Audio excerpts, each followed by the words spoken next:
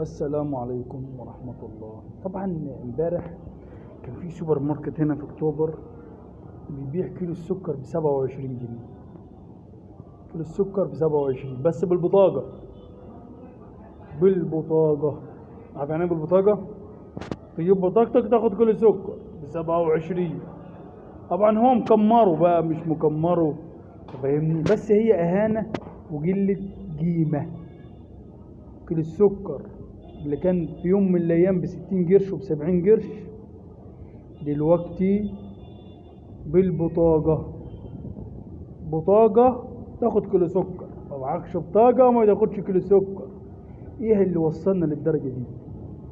لما كيلو الرز 35 وب37 جنيه، وكده نص المكرونة ب15 جنيه، ازازة الزيت ب70 جنيه، يبقى البلد مش في سوء، ده في أسوأ.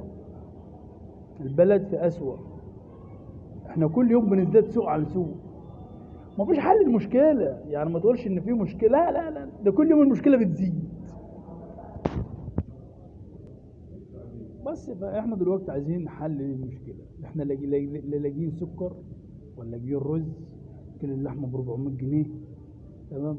انا ما بتكلمش في سياسة ولا بتكلم في حوار، بس انا بتكلم في نقطة: الغلبان يعمل ايه؟ الغلبان يعمل ايه؟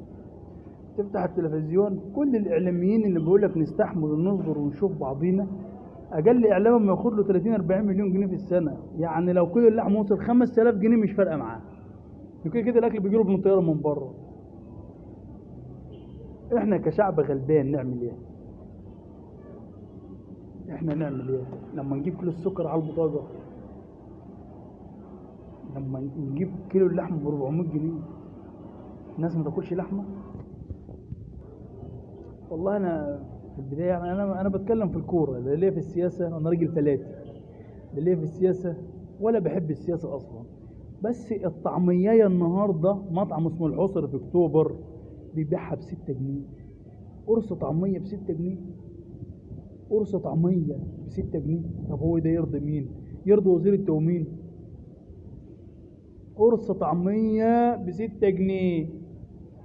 امال هو هيروح يجيب رغيف ب3 جنيه و6 9 جنيه؟ يبقى رغيف وطعمية ب9 جنيه. يرضي مين؟ يرضي مين؟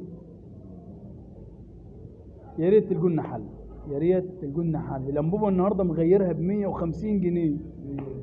الانبوبه النهارده انا مغيرها ب150 جنيه. ب150 جنيه الانبوبه. يا ريت يا ريت يا ريت نلقى حل.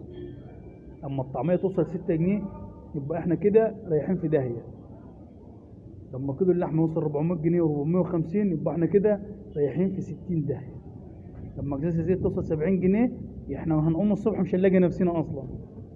لما الطعمية تبقى ب6 جنيه، كيلو الرز ب27 ب37 جنيه وب40 جنيه، وكيلو السكر على البطاقة ب27 وما معكش بطاقة ما تحليش شاي، حلاها بحلاوة طحينية، ازازة الزيت ب70 جنيه، يبقى كده حرام.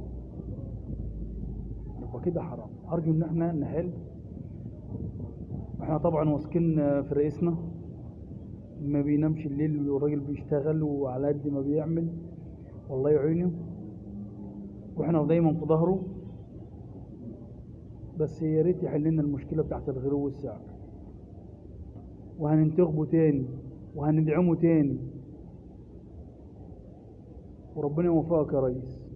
السلام عليكم.